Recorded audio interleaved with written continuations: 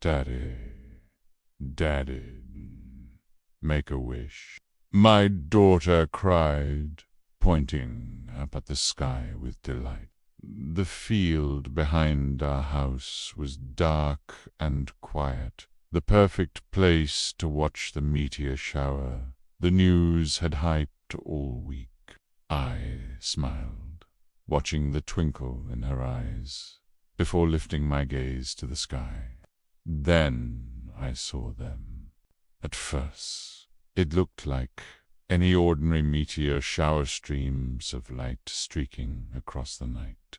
But something was wrong. The stars weren't falling down. They twisted, looped, spiraled in jagged, erratic paths. One shot sideways, then reversed course, mid-air. My blood ran cold. "Aren't shooting stars," I whispered. That night I couldn't sleep.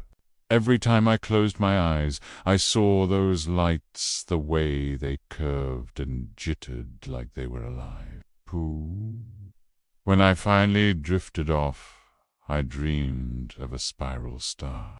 Not a galaxy, an actual star, spinning violently like it was being wound tighter and tighter. In the dream, my daughter stood beneath it. I made a wish too. "Daddy," she said. I wished for them to come. When I jolted awake, I ran to her room. She was asleep, smiling. The next morning, everything felt off. Birds weren't chirping. Our dog refused to go outside, growling at the sky. Then the power flickered. My phone stopped working. The radio only gave static except once, in the middle of a broken broadcast. I heard it. They're not. Meteor's signal isn't natural patterns, repeating every 41 seconds. Then silence. I glanced at the clock. 9:41 a.m. The lights dimmed again. Outside, the sky seemed bruised, like something was pressing against it. That night, I found my daughter in the field, again barefoot, hair tangled, eyes wide. "They're almost here, Daddy," she whispered. "Who?" I asked, already afraid of the answer. She pointed up. "By." I followed her gaze and felt my chest tighten. The stars had moved. The constellations were Orion. Orion's belt was a spiral. The Big Dipper looked like a keyhole. Then something broke through the clouds. A shape, vast, silent, pulsing with slow, cold. And all the dogs in the town began howling. I finally understood. The stars weren't falling. They were guiding something. There had always been a map, not a show. I begged my daughter to come inside, but she wouldn't move. "I wished for them, Daddy," she said, smiling. "I wished for something new."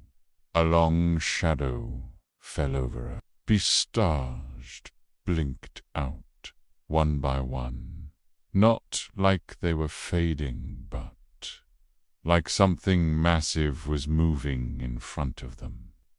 And in the darkness, I heard a voice not from the sky, but inside my own mind. A witch maid in innocence is still a call. "We don't have a sun anymore. The sky has been static gray for 3 days. Blah! The stars don't twinkle, they pulse. The object still hovers, unmoving, blotting out more of the sky each night. People are vanishing. Some scream first. Others just go still, smile, and walk out under the sky. My daughter doesn't speak now, just hums. A melody I swear wasn't human. She said one last thing before going silent. They're going to remake us. Daddy better. No more pain. I don't think I made a wish that night. I think she did. And I think they answered. I dug through my old ham radio equipment in the basement, desperate to find something, anything that could reach out, explain this, or fight it. When I powered it up, the air filled with static, then a low hum, bar, a pattern, dot, dot, dot, dash, dash, dot, dot, dot, SOS. But it wasn't from Earth. Bit coordinates embedded in the background noise scrambled in the static pointed upward, toward the spiral where the stars had warped, and beneath the floorboards, my daughter was humming the exact same rhythm. I dropped the receiver. By the fourth day, the town was almost empty. No siren, no plane, no escape. A man came to my house that night, barefoot, pale as milk, smiling wide. His eyes were completely black. "They fixed me," he whispered. "I used to hurt all the time. Now there's no fear. You should let them in." He didn't blink. When I locked the door, he stood outside until morning, arms raised toward the sky like an antenna. By dawn, he was gone. Only 2 small indentations in the grass remained, like he'd melted into the earth. The spiral star has gotten closer. It's not in space anymore. It's in the sky, spinning slowly, always overhead. Trees bend toward it. Water ripples in its direction. Even shadows curve unnaturally, as if reality is warping. My daughter's eyes have gone milky white. She still smiles, still hums, but her voice now echoes like a chorus, layered with other voices. I asked her, "What are they?" She answered, without looking at me, "The ones who listened when no one else did." She touched my hand. Her skin was colder than the grave. People don't disappear anymore. They rise. At dusk, hundreds of them floated, upward, arms outstretched, smiles plastered on their faces. No resistance. No screams.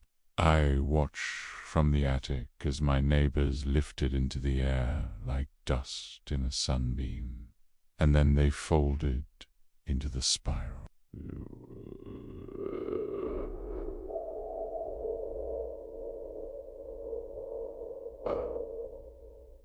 I can tell you how the spiral expanded, with each one taken growing, tightening, pulsing with sick, beautiful colors I couldn't name. My daughter looked up at me from the yard and said, "You'll feel better when it's your turn, Daddy." I shut the attic hatch and cried. I've boarded up every window, blocked out every sound, but it doesn't matter. The stars are gone. In their place are countless, vast, lidless eyes staring down through the sky like it's glass. I can hear them thinking. I can feel them breathing. Time doesn't move right anymore. My clock ticks backward. My heart skips and stutters in unfamiliar rhythms. But worse than the fear is the temptation. A whisper beneath every thought. Just look up. Just let go. I miss my daughter's laughter. Now it's just humming, always humming. I couldn't take it anymore. Bye. I walked into the field where it all began. Below to the grass glowed faintly blue under the impossible sky. The spiral hovered above like a crown of thorns. And there she was, my daughter, waiting, glowing softly, her face warm with the light of something beyond comprehension. She reached out a hand. "Daddy, make a wish." And I did. I wished for it to stop, for everything to go back, for normalcy, but wishes don't undo. They only invite.